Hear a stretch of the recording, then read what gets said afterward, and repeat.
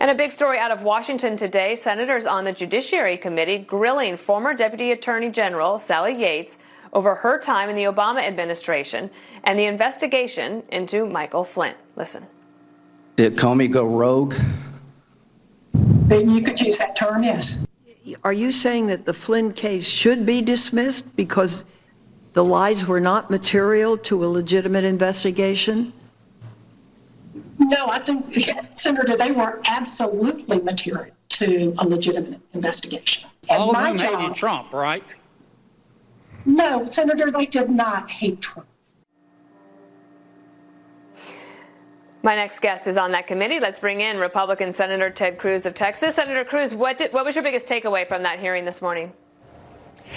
Well, look, Sally Yates was part of the political leadership of the Obama Justice Department, and what that political leadership did to the Department of Justice, to the FBI, to the CIA and intelligence is they politicized it. They weaponized it to authorize surveillance and targeting of their political opponents, of the Donald Trump campaign. They went after General Flynn, a decorated military leader, and then they set him up in a way that was fraudulent and abusive. And I got to say, it is wrong for justice and law enforcement to be politicized, and Sally Yates was right at the middle of it. She was in the Oval Office meeting with President Obama, with Joe Biden on January 5th, where they discussed specifically targeting Michael Flynn and abusing their power to do so. It was wrong, and Sally Yates is desperately trying to avoid accountability for their politicization of law enforcement. Well, and you have a busy day because you're also trying to work on this fourth stimulus bill to deal with the coronavirus and the economic consequences of all of that. There's a lot of people that are really needing the help. Take a look at this, and we'll get your reaction on the other side. The stimulus goes 100% to my rent and maybe about a week of food. Unfortunately, it doesn't cover my rent here at my salon space. It doesn't cover my car note. It doesn't cover insurance. I wouldn't be able to afford to move, you know, because I'd say it's more expensive to move than to just stay here and pay the rent. If I can't pay my rent, they're gonna kick me out, right? And I just don't want to live on the street. So I know that Congress has been grappling with this for a while, but meantime, there's a lot of people out there who need the help right away. What do you think will happen as you work with the Democrats to try to figure it out? So there are a lot of people that are hurting, and we need to have an urgency to fix the underlying problem. And what that means is we need to restart the economy. We need to get people back to work.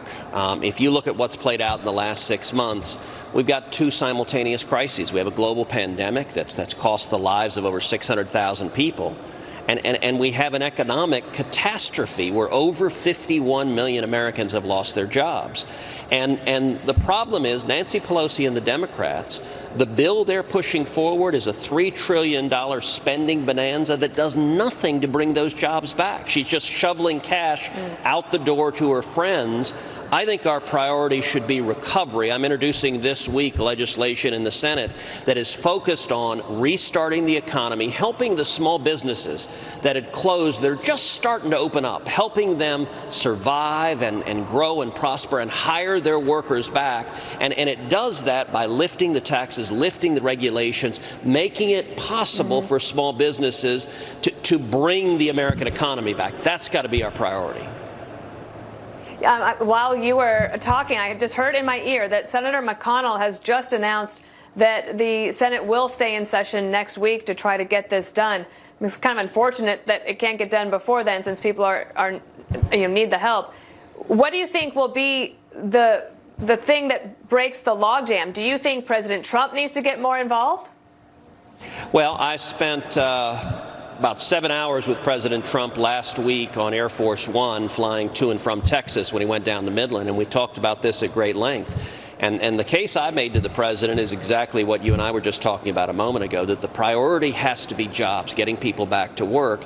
And unfortunately, Nancy Pelosi and Chuck Schumer, I think they've made a very cynical decision. Their decision is that if nobody goes back to work, if the economy stays shut down with government-mandated shutdowns, and you've got 50 million people who are home and broke and ticked off and depressed and demoralized, I think Pelosi and Schumer believe that's how they win in November. That's how Joe Biden wins. That's very cynical, and it's hurting a lot of people, a lot of the people you just showed a minute ago.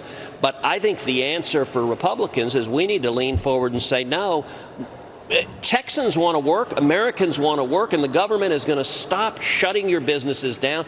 The government is going to make it easier for small businesses to open up. And part of the Recovery Act is cutting taxes so that you get a pay raise by cutting your marginal taxes so that we have more people working and better able to provide for their families. Okay, maybe we'll have you back so you can talk about that plan after you introduce that legislation. Love the shout out to Midland, Texas. Thanks, Senator Cruz. Always a pleasure.